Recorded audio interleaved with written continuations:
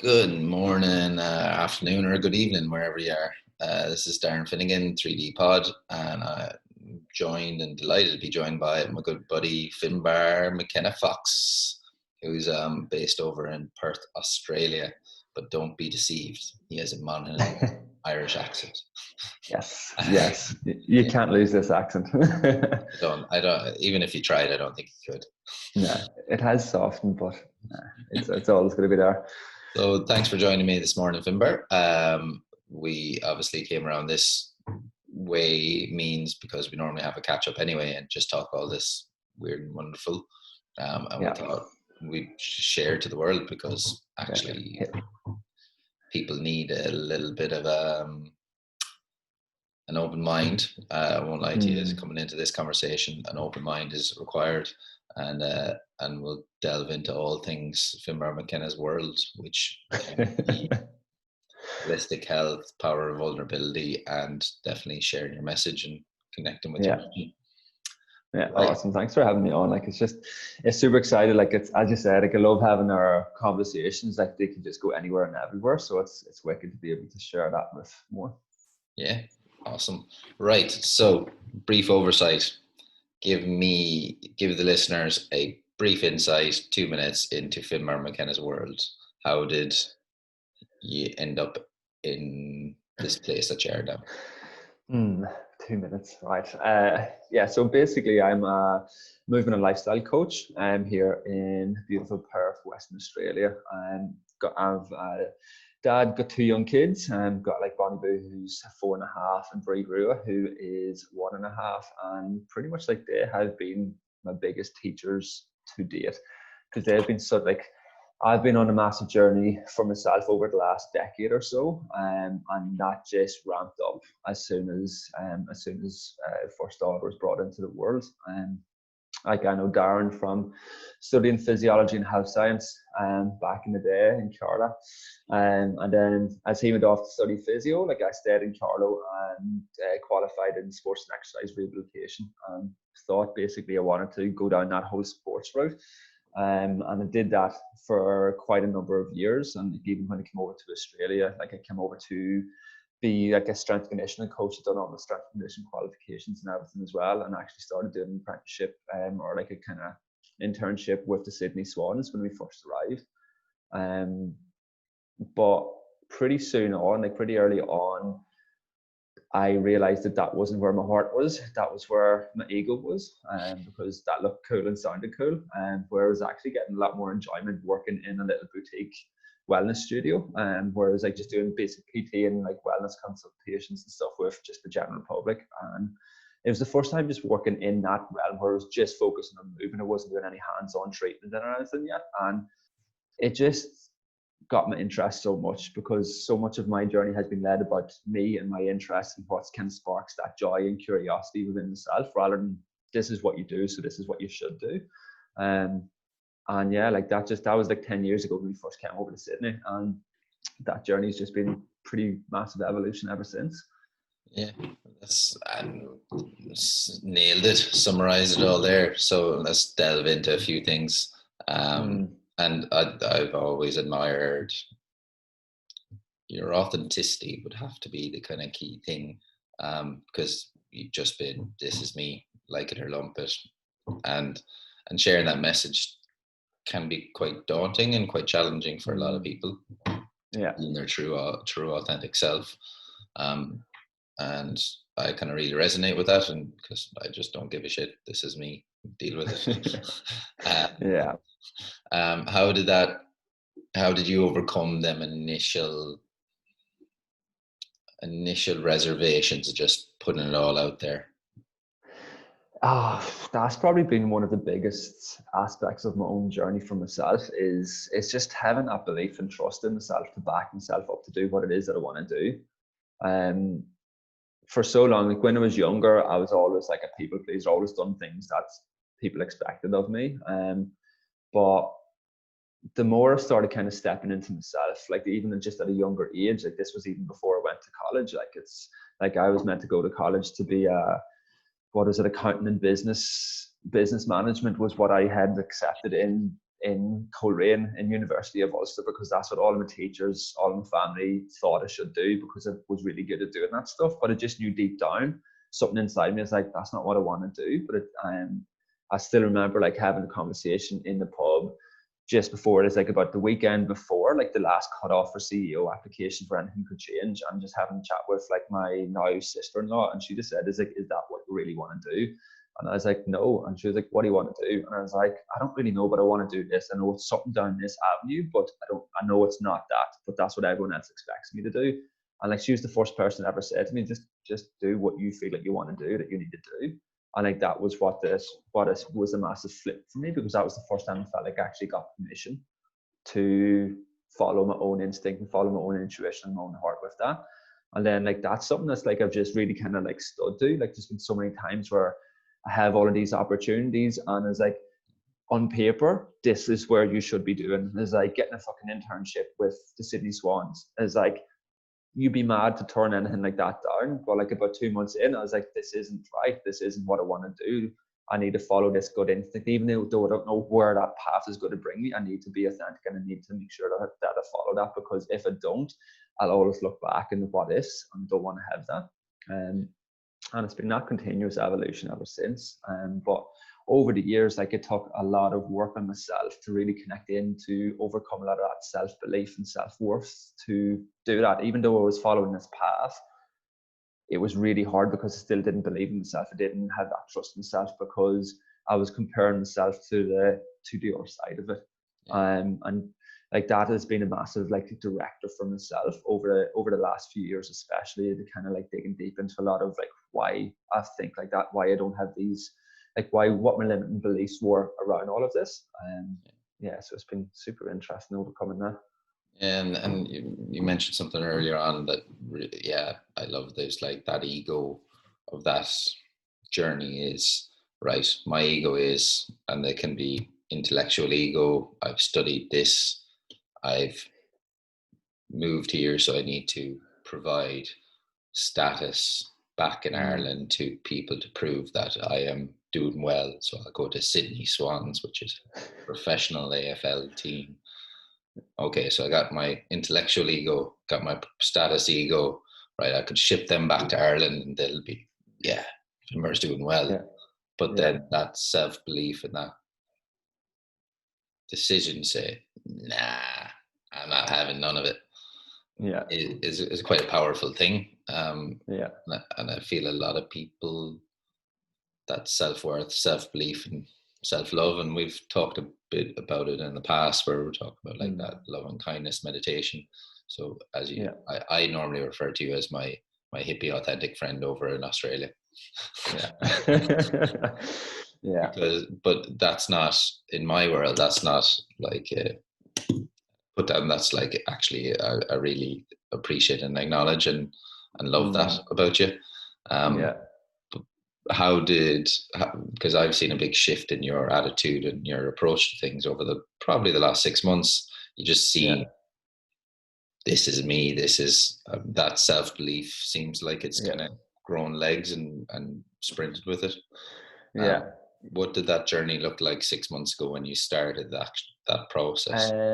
It's probably been the last 2 years or so, 2.5 years in the making with that, but like, definitely in the last kind of 6-8 months, that has like definitely taken legs. But like, as it touched on, is like, I always followed what I knew in my heart and what I knew in my gut feeling. Is like, this is what I know I need to do, but I also always had that internal battle. It's like, oh, but this is what I should do.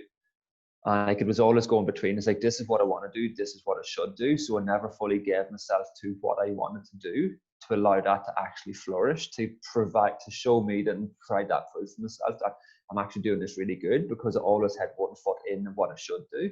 And like, it was nearly in this internal battle for so long. And like, that kind of came to like a head. Is back a few years ago, when Bonnie, like, daughter, was about 1.5, started delving into some like really deep kind of like shamanic men's work. Because I've always been I've always been very open to like on like more of like kind of hippie do that spiritual path, and like following all the light and love and stuff, and like the manifestation and doing all of that stuff. Like, I was always doing all of these things to try to better myself and find that love within myself with that. But I could never get to the point. I always knew there was shit in there that I wasn't looking at, but I wasn't ready to look at it. But like when I started delving into a lot of like the kind of Carl Jung shadow work type stuff and started looking at that darkness that was in there, that's where I started having some massive shifts within myself, because that was the stuff that I wasn't looking at. I was looking at the things that I wanted to look at rather than looking at the things that I shouldn't look at. And as soon as like started delving in and started looking at it, it's like, right, what is my ego? What is all the subconscious beliefs? Like where's my anger? Where's my frustration? Where's my guilt? Where's my shame? Where do I hold all of these traumas within all of these different emotions? And started kind of unraveling them. That allowed me to start expressing myself a lot more and starting to live in a lot more in authenticity with myself within that. But it's probably like, that is the hardest, deepest work that I've ever done, because like you're literally looking in all the places you do not want to look. Yeah. But it's one of the most rewarding ones to do. And then like that kind of like brought me on to like, as soon as that all happened, like I actually got to the point where, like, I know like you probably would have remembered when we was talking, like I went to the point where like we were ready to leave Australia, and I closed up my clinic because just there's too many things happening. There was so much stuff happening in my world around that time. Like we thought we needed to leave Australia to come back home to be close to family and friends and stuff like that as well. And like there was just so much noise. There's had some like bad traumas that happened within the family back home in Ireland and everything as well. So whenever we decided that, I closed up my clinic because everything was just getting too much for myself, and started working fly in, fly out on the mines, where I was just managing the gym facilities on the mine sites in Western Australia. Mm-hmm. And that was the best decision that I've ever made, because again, it was another one of them big pivotal moments. It was like, all right, what should I do? It's like, this is my business, but like, this is my baby, but I need to like walk away from that to do something that's completely different within that, in stepping into this unknown. But by doing that, like that actually allowed me to breathe for the first time in probably about a year and a half. And it wasn't until I was up there for a couple of months, I realized like that I had been living in a constant state of anxiety for, I always knew I suffered a bit of social anxiety, and I had all of these underlying stuff going on through there when I was younger, when I was in college, even stuff like that. Like I always knew that was there, but I was able to mask that really well. And like over the last couple of years before this happened, I knew that was a lot more rampant. Really good at holding masks around this, even to the point that when I actually told my wife what I was going through and what I was experiencing, she was like blown away, like, because she didn't realize that.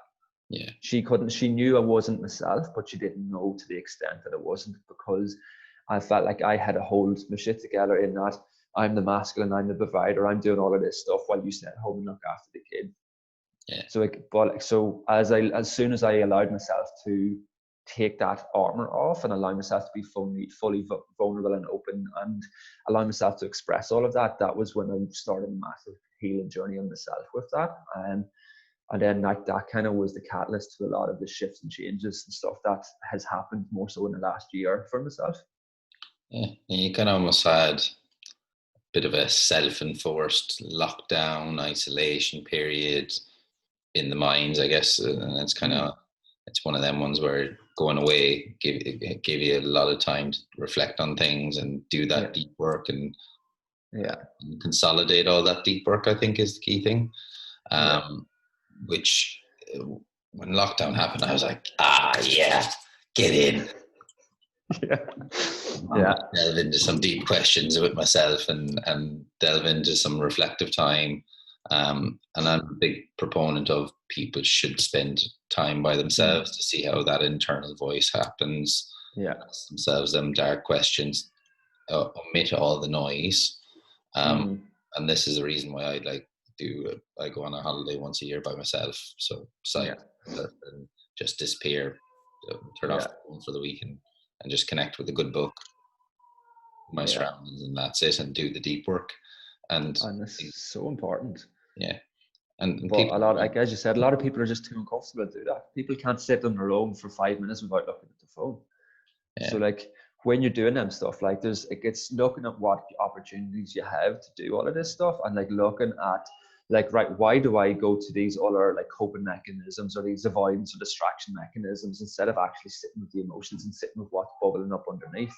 Because by sitting with them tough, hard emotions, that is where you're going to start finding the truth within yourself.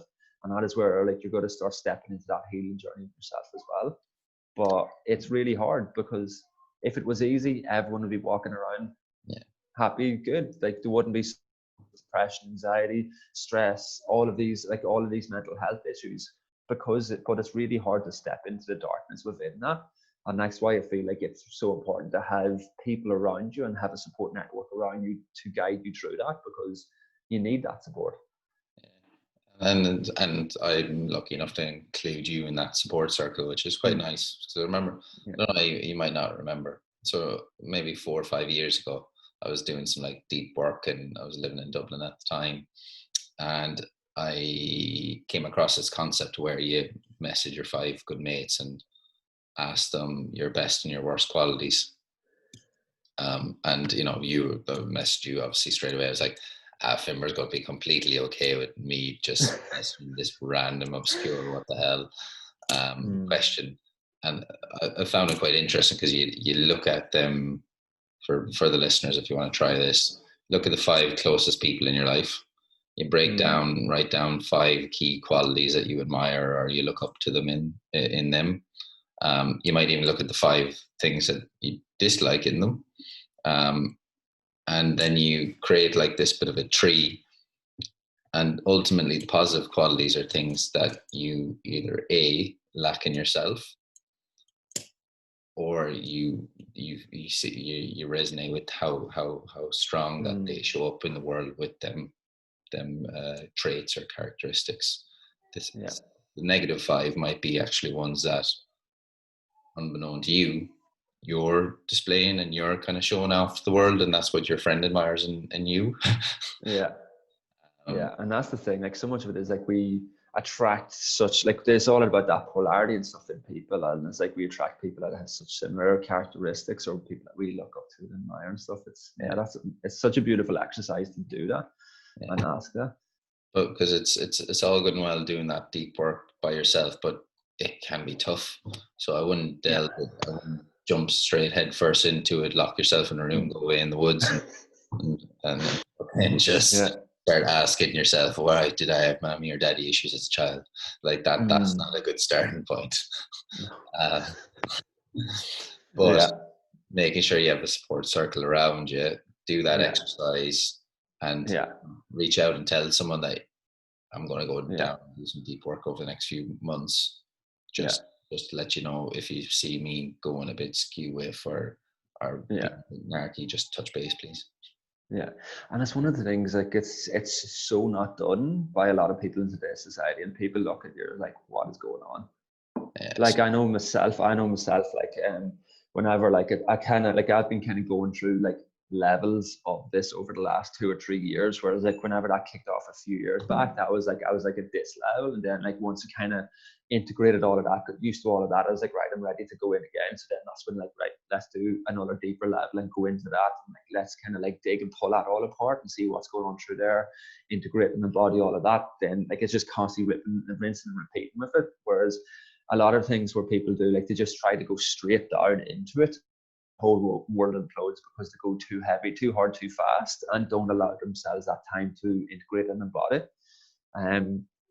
But whenever I went through it, like last year, like it was like I peeled back massive layers of it, and like there was a lot of people like were kind of like reaching out, and like you were one yourself, like you're kind of like, are you all right? It's like, what's going on? It seems like there's a lot of shit going on, and like you were one of the ones that where you're like such a big support with it. But I've had so many hard conversations with like other ones that were like, they just don't get it, like they think you're going crazy. But it was like, no, I'm actually like more in the truth than I've ever been. It's like, this is allowing me to express it as I need to express it.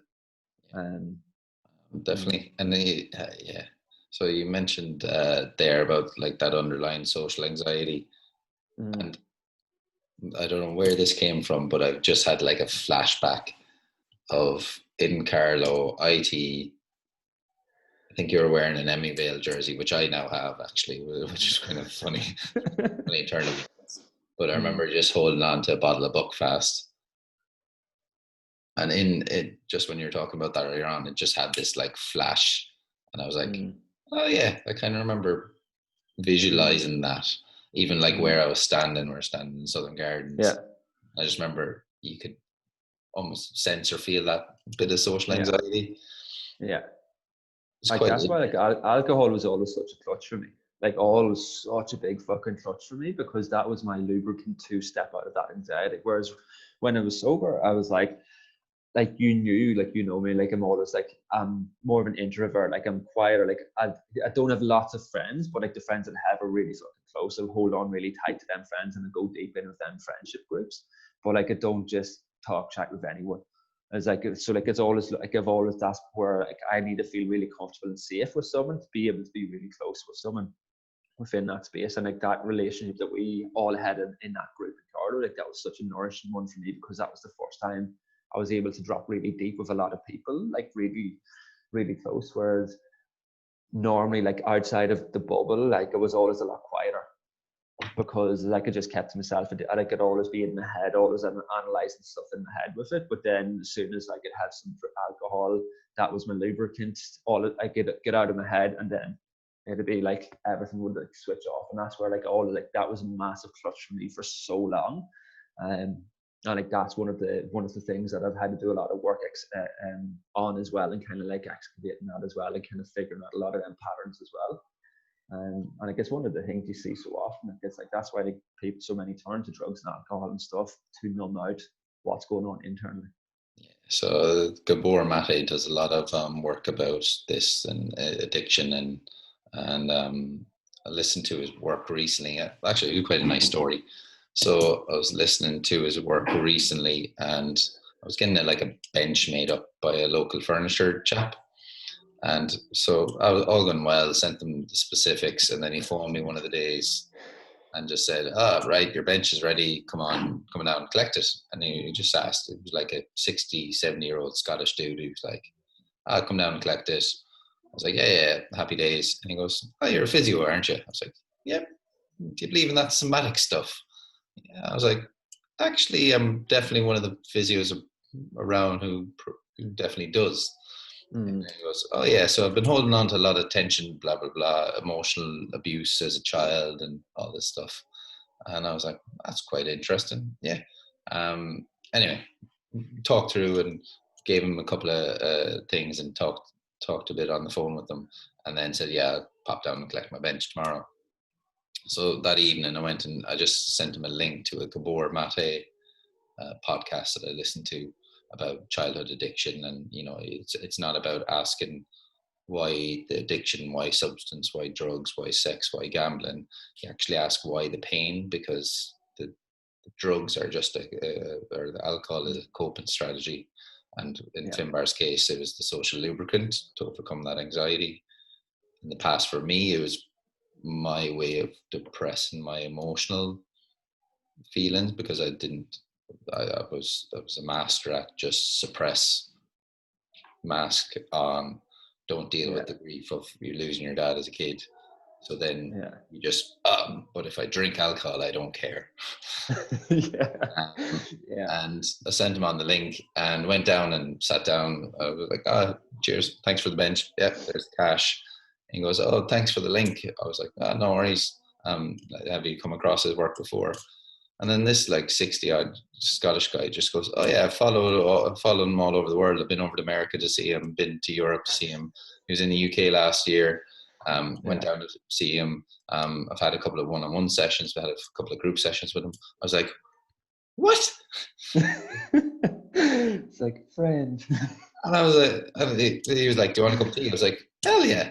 I sat down, had a cup of tea with him, chatted absolute randomness about just vulnerability, about his experience, about my experiences, about his feelings and understandings when it comes to Gabor Mate, because he was saying that he was a bit of a showman and almost gets people up on stage. He does some deep work with them, but the support system, so when they leave that conference or that talk, the support system's not there. So you need to make sure that that person, if you're going to go down that road, has a good support system. And that's what I'm grateful for, because I have so many support systems. And that's one of the things, like for the support system, like that's one of the things that like I put so much focus and emphasis on, like, and especially like with the work that I like, how I've kind of like transitioned my work and stuff like that at the minute now as well. Like it's like, because I see like the work that I do with people now, I work predominantly with men through a lot of this sort of work where like we're connecting deeply with our emotions and really finding who we are in ourselves again. And like it's all about cultivating that healthier relationship with ourselves, because once we have that better relationship with ourselves, then that means we have more to show to everyone else around us. Whereas so many get trapped in that, I need to give, and like have nothing for myself, and then we feel so depleted with that, because again, that was the cycle I was in for so long. So I'd like the work that I do is like very much about kind of like coaching me from 5-6 years ago. Like it's that whole thing, and like it's like having that support, having that integration, having that long-term kind of like, right, how do I actually create this as a day-to-day for myself to move forward? Because I know for myself and in my own past experiences, like I had been to like so many podcasts, so many workshops, so many seminars, tried lots of different things, searching for that answer. And like you go there, you feel really good, and then you go back into your day-to-day pattern, and then like the same shit starts bubbling up.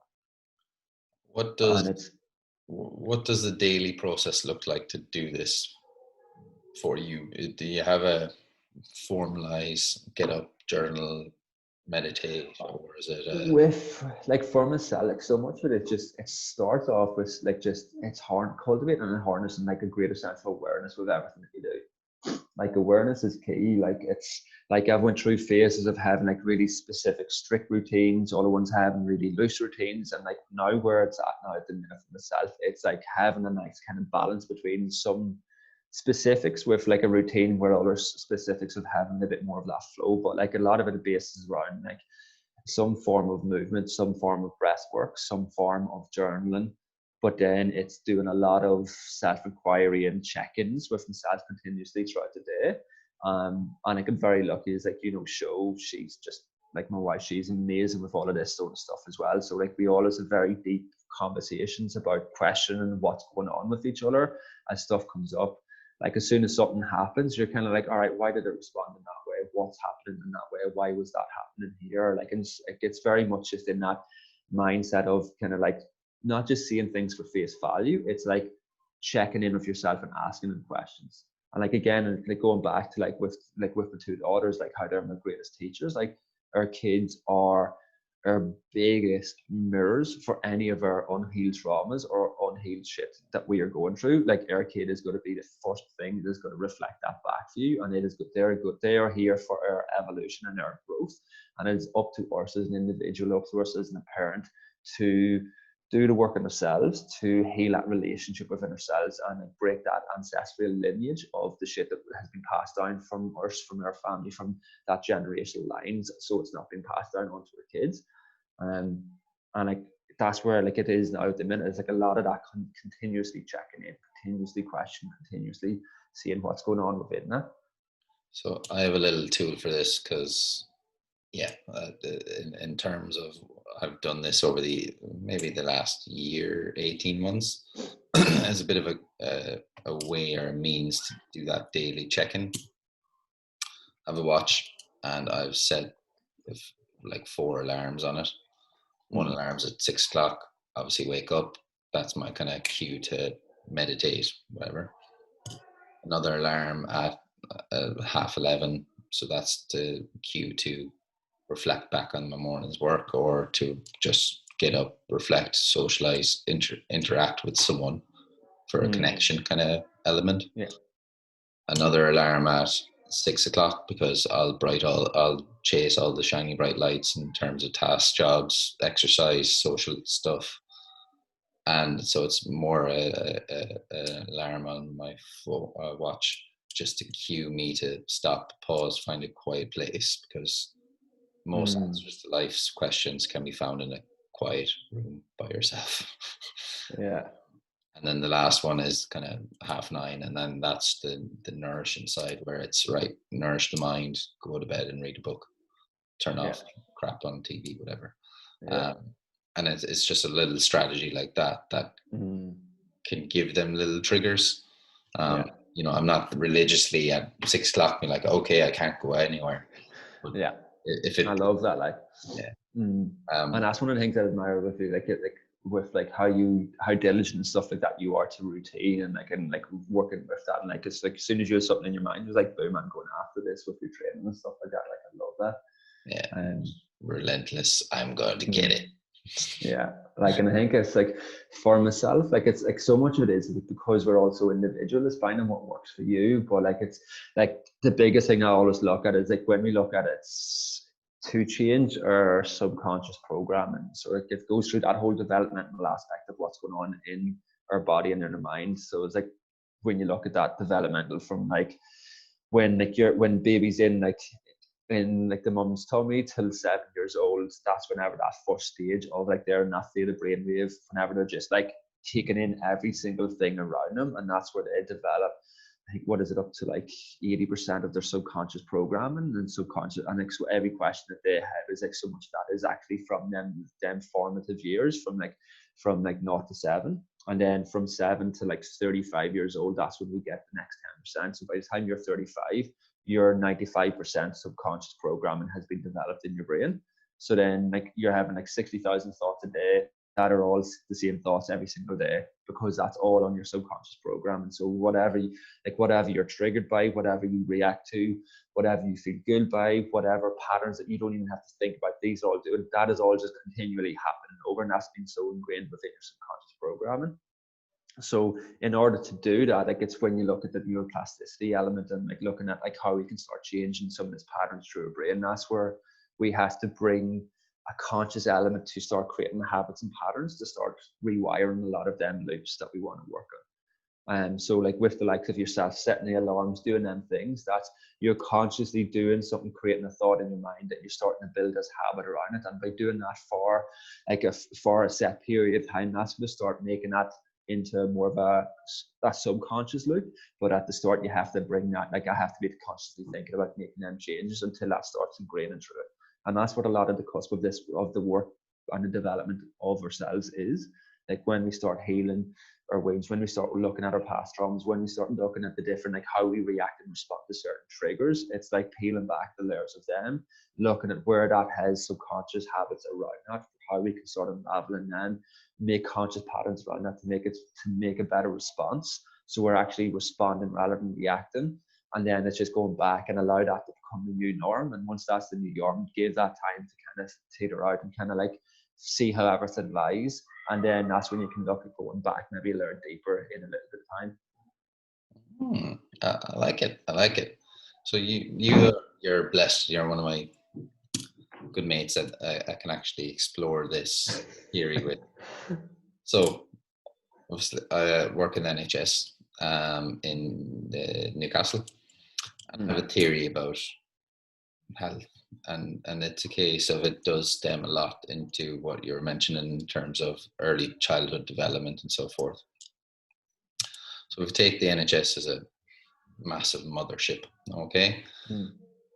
Parents walking down the street with their child, child falls, dad's on the phone, mum, you see the child look up and you kind of think, right, are they going to cry? Are they okay? And I think that stimulates from a deeper level as well with the child. So if they're crying, there might be a sign that they're looking for their parents' attention. Yeah. And in that situation, mother runs over nurtures, over her kind of zealous, pats down, oh, you okay, you okay, you okay? And then it's almost a overly anxious response. So then that's one frame that the child grows up developing. Yeah. Then the father doesn't even turn around and look at the child fall. So they're distracted. So that child goes on to crave either mother or father attention later on in life. And nowadays, probably both of them are on the phone and just ignoring each other and ignoring the child. But then what happens is that child is lacking some fundamental affection, love, nurturing in their home life. And then they start masquerading as pain. So they start developing some type of, they may act out in school get yeah, disciplined at school, so they know that, okay, right, well, I'm definitely disciplined at school, so I can't do it here. Then yeah, they internalize it, start experiencing pain in whatever yeah, joint area. It's the first time I'm going to actually explore this concept in my mind and put it out in the ethers, but hey ho. And they started internalizing that pain, that discomfort, that yeah, sensation of a lack of affection and love at home. mm, Then they enter into, say, the healthcare realm, because they've complained about it for so long that their parents then obviously bring them in. Then they enter in that healthcare realm and they do what I call like professional hopping. So they'll bounce from GP, right? Okay, we'll send you to the physio. Okay, yeah, and then we'll send you to here. And they bounce around the different stages of the healthcare system. At the end of the day, and as a healthcare professional, you'll document, you'll monitor to see, some relationship issues. Is that parent giving that child the right attention? Are they yeah, supportive? Are they dismissive? Are they actual, like, just ignoring them? Are they yeah, detached? Are they kind of almost overly anxious and overly protective, yeah, which I yeah, get in that situation? But I think that's a reason then why people have this whole host of stuff that in the UK and probably other countries as well, this reliance on chronic pain and healthcare system, because we're not answering or asking the deep questions of that mm, person. yeah, And that's not my place to do it. It's probably yeah, psychology, and it's almost teaching the underpinnings of that: kindness, yeah, love, affection, good yeah, family values. And family values is obviously a trait of yours, yeah, and obviously a strong value of mine, yeah, but it's missing from a lot of people. yeah. I guess so true. Like, and there's so many layers to it. Like, Mind but blown. like, but like as you say, like it's just like kind of going back in a few elements of that. It's like if a kid, it doesn't feel like it's getting that attention because like if you look at like home life, where like so many of us are just distracted by dopamine hits of looking at our phone, looking at social media, like TV's on, you're not sitting down having family dinners. There's not a lot of that like human to human interaction through there. Yeah. But then like a kid get hurt, and then it was like, oh, when I get hurt, I get attention. And then like they get hurt, I get attention, get hurt, I get attention, and then they've got an injury. It's like, oh, then we need to go together and do that. That's starting to like create a relationship and a reliance on them to whatever has it happening physically in their body. So then that starts giving them some of that needs. And then, like as you say, it's starting to go from that happen with that, because there's no true diagnosis of what's actually underlying is there, because a lot of it is that emotional effects that's happening. But then even like when you go a couple of layers deeper and looking at the psychosomatic element of it, like of how like there's like the different research into like how we can carry certain emotions and like traumas and stuff like that in different parts of our body and everything as well. And you can start peeling back the layers of that. Is where are they getting injured? Looking at the psychosomatic aspect of like that specific body part, and what emotions, what energetics is that relating to as well. Like that can start peeling back the layers of it. And like that's why like I feel like there needs to be a balance between kind of traditional and more spiritual, and like looking at how in that full holistic approach with it, because everything's serves a place. But if we just kind of look in one way, we're just looking two-tunnel vision at one thing and trying to fix it with something that it mightn't be even there.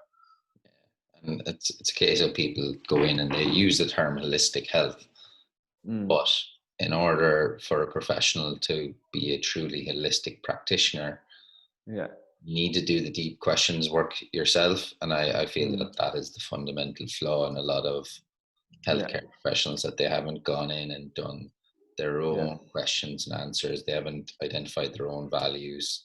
They haven't, Mm, but then they try and do value based goal setting. They try and use value based means and functional rehab related to the person's values. So, yeah. for example, for the listeners, a squat is still a squat, but the way I'm going to teach a squat to everyone is different, because my value might be fitness. So in terms of when I'm squatting, I'm going to be talking to someone like myself with about barbells, kettlebells, weight, technique, Yeah. and so forth. But with you with two little girls, you can't squat down and pick up Bonnie Boo. Yeah. What I'm going to do, I'm going to find out your kid's name. I'm going to actually ask what weight is she, what height is she, what age is she, you know, and how, you know, does she need to be carried quite a bit, these type of things. And then when you're teaching that exercise or rehabbing that person, you drop in Bonnie Boo's name, because I know that that's your family value. Yeah. And that might be fitness, family, career, that might be status, could be a whole host of things. But in order to have them questions and truly live a holistic professional life, you need to understand that. Which is, and I think it's one of the things, like it's like the whole holistic word now even is just like, it's becoming like, it's like what the movement culture is and all that sort of stuff. Like it's just like, oh, when you see it being used now, you're like, oh really? And it's like, it's because it's just a catchy buzzword. So many people are just strapping it on to what to do because, oh, people are going to come because it's a bit more open-minded. But as you said, like if you're not doing it yourself, you're like, you're just using a catchy word to try to prey on people's willingness. Yeah. So tell me, so let's do a deep dive. In your opinion, what is the top 3 flaws of that holistic health side of things?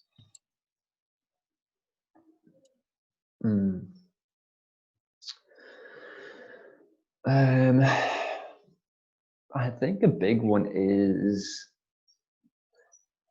I don't know how to word it. It's like, it's that connection between different practitioners. It's that kind of like scarcity mindset, and people are trying to do everything.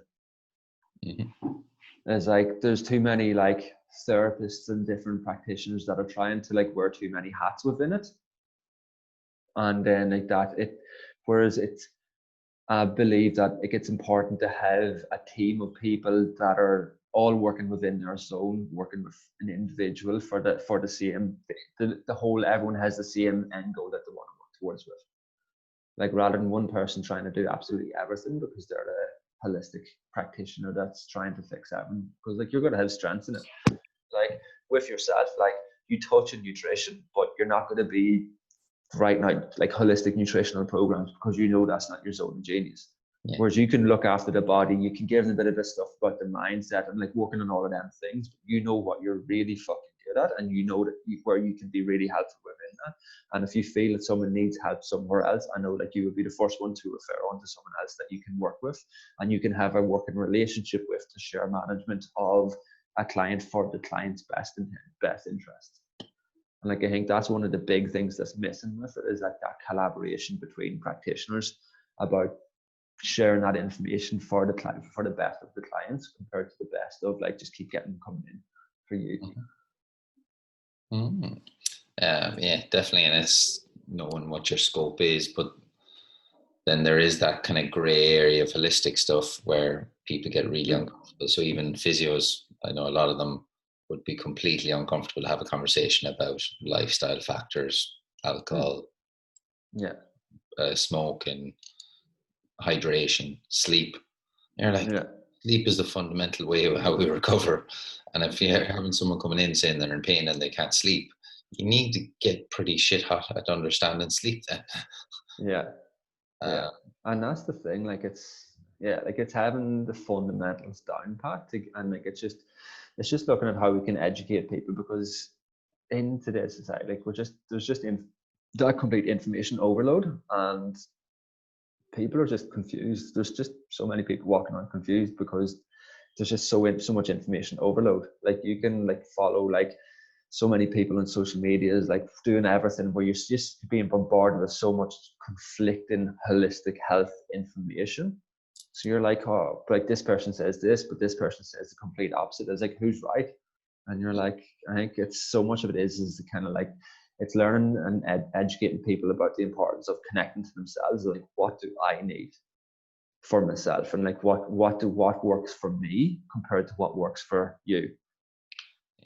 With the holistic side, I feel that, you know, it is really powerful and it's really strong stuff, and I had some great effects, whether I was doing a truly holistic approach or not, or whether it was just a mangling with body Yeah. knowledge and the my Yeah.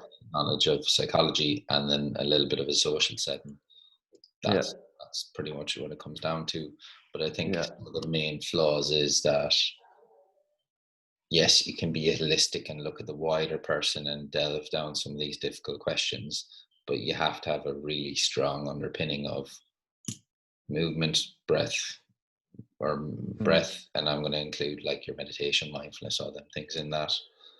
Then you're obviously your basic lifestyle Yeah. fundamentals, sleep, hydration, alcohol, Yeah. and food, Yeah. because they're going to really upset everything else. Yeah. And then just that mindset, the psychology of everything, Yeah. and knowing that person, and then that's where Mm. you amalgamate all them Yeah. key But things like, and go off on yeah. tangents. And like, I think a big thing as well, like, it's kind of like nearly backtracking on something that you said earlier. It's like for practitioners to be able to like kind of like be able to have that basic knowledge and all of that stuff, it means like you should be doing it yourself. Yeah. Like, it's like if you're not embodying it yourself, like you don't understand it, and then you're trying to tell other people to do something that you don't do yourself with that. Whereas like, what's your sleep like? What's your emotional health like? What's your nutrition like? What's your training like? Like, what are you doing for yourself to better yourself, and how are you looking at topping yourself up so then you have so much more to give to those that you're working with as well. So like, again, like, and again, like, that's where like so much of the work that I've done I do for myself and do with like with people now is like pulling things back to ourselves first.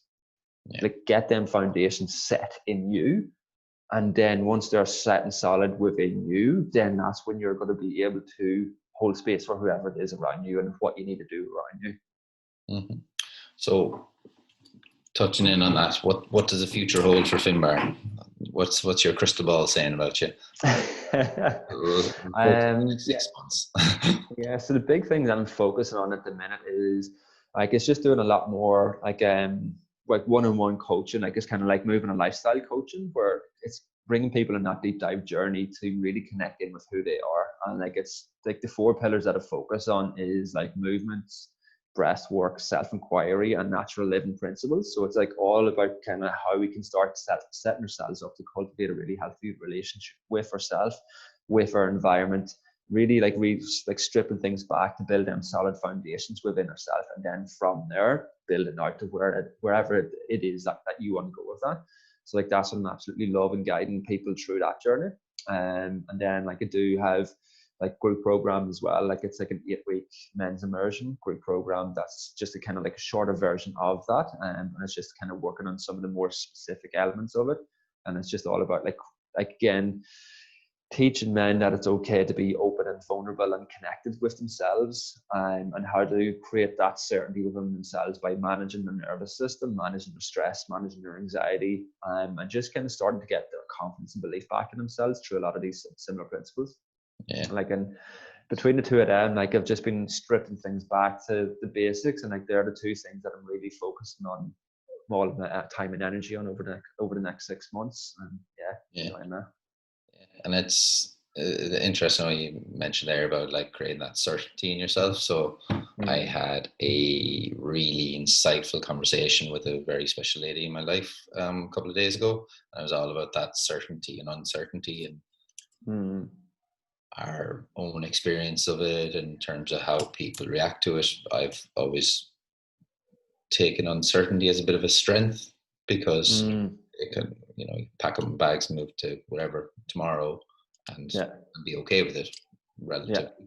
But then, say in the last few years, sign up to phone contracts, gym contracts for a year, and getting a mortgage, I absolutely shit the bed. I was like, this is the most Yeah. things I'm doing, and I realized that in that context, I was then settled and I was okay doing it. But Mm. then in relationship context, I'd always just almost go for an unstable partner because Yeah. it's a case of that was answering my uncertainty value Mm. in a Yeah. partner because my certainty was nailed in location and friends and stuff. Yeah. I was like, Jesus, And Yeah. it's interesting just having that conversation. It reminds me of one of the concepts that I bring up a lot when working with people through that stuff. Is like, have you like heard of like Gay Hendricks' book, The Big Leap? No. Oh man, get it into your ears, get the audiobook into your ears. So like it's basically like the book is called like The Big Leap, and it's all about that upper limit. It's like how we have a specific upper limit within what we are able to call into our life. So that could be is like, right, financially I'm in a really good position, career wise I'm in a really good position, relationship wise I'm in a really good position, for myself I'm in a really good position, and then like your health is in a really good position. You're like, oh, I've got all of these things are going really well in my life, and you're like, but do I deserve all of these things to go really well in your life? Because you have some limiting beliefs that are holding you back from actually living in your fullest. So then it's like, as all of these things are going really well, we subconsciously do something that's got to screw ourselves up in one element, that's got to pull ourselves down to feed that narrative and that story about, you can't have everything. So Yeah. with you, like what you just talked through, like all of these things are really well, but then you always screw yourself up with relationships because like, oh, you have all of this stuff, but you don't have the relationship. Yeah. So then that feeds that narrative of like, oh yeah, you can't have everything. But then it's like the matter of like once you start observing that upper limit, and once you start seeing, it's like, all right, this is where I'm at these upper limits with that. Oh, this is where I'm starting to some sabotage myself. As I catch myself, it's like, why am I sabotaging myself? And not what can I start bringing, what can I start doing to like to stop that and to kind of be better within that, to break through that upper limit, to start creating this more expansive aspect of yourself with that. But yeah, like it's such a wicked concept because that's where so much of our sabotage comes in. It's like, because like if you have this undercurrent limiting belief of not being good enough in a certain thing or don't deserve a certain thing from like so much of our past conditioning and stuff, that's where we start pulling things away from ourselves. And you're kind of like, why did they do that? Why did it spark up that argument with my partner? Why did I make that stupid decision at work? Yeah. But it's just like it just ways of like our nervous system and body is innately trying to keep her safe and keep her small. Yeah, I like that. Just a little bit of food for thought there. Wise man. Yeah. But yeah, check out that book. Check out the audiobook version because it's him himself reading his audiobook, and he's just got the best voice. He's just like this old American dude. He just sounds like your grand sitting on the porch reading you a story. Like I've listened to it a couple of times just for his voice reading. Yeah. So with people listening, Mm. might have a whole host of different types of personalities. Some who are just like, what, holistic, woo woo, get over there. Or people who are fully engrossed and quite open-minded. What would be your advice to the people who are a bit uneasy with some of the stuff that you mentioned? I think the biggest thing is like check yourself. Is like if you are feeling a bit uncomfortable with certain things that have been brought up with that, is like just be honest with yourself. It's like, right, what's making me feel uncomfortable in that? Why am I feeling uneasy about exploring some of these ideas and some of these possibilities within yourself? And like don't just take the first question or the first answer as it is. Like dig a bit deeper, like go a few layers deeper whenever you start inquiring into that. And yeah, it's just embrace that uncomfortableness.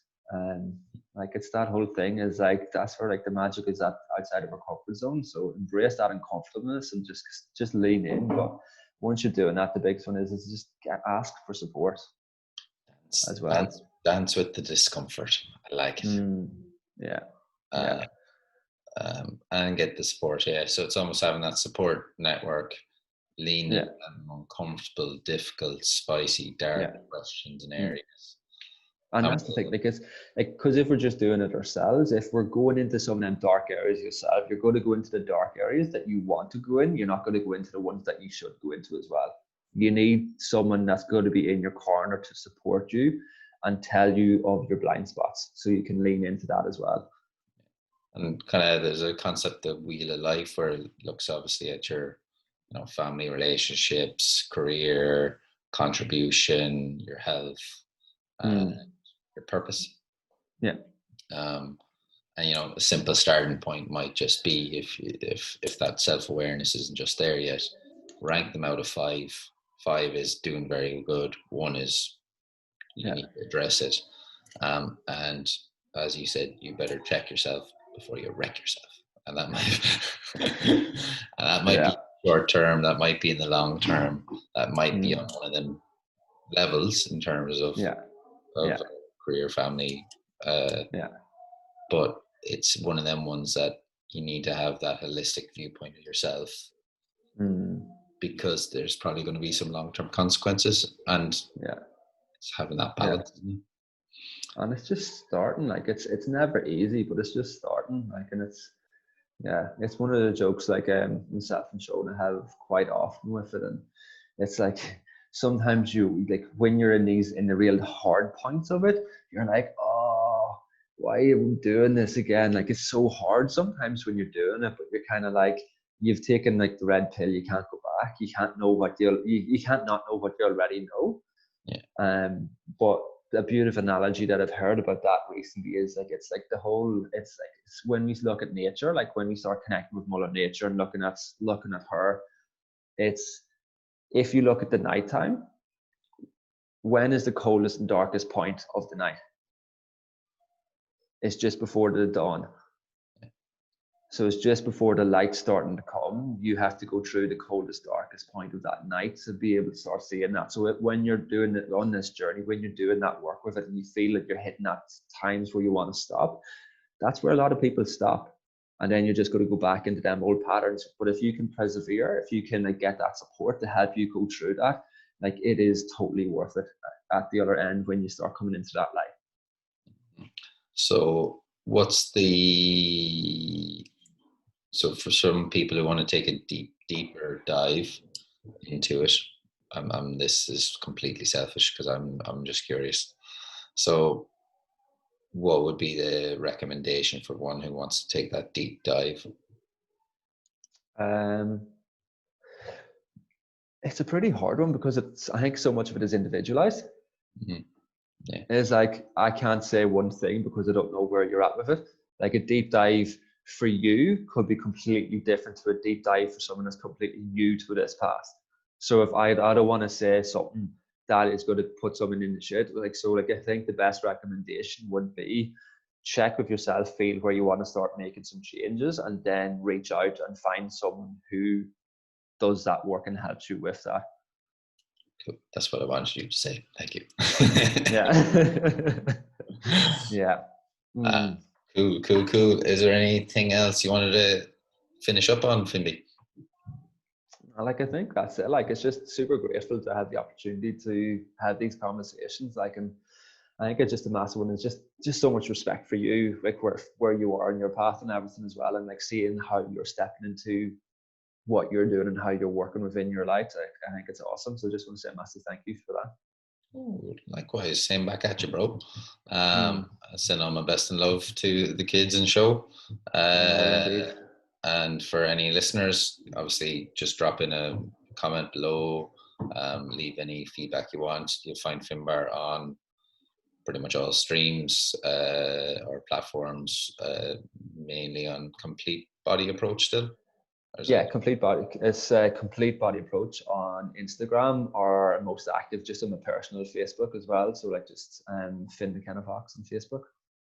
Nice. Check him out. Some weird and wonderful.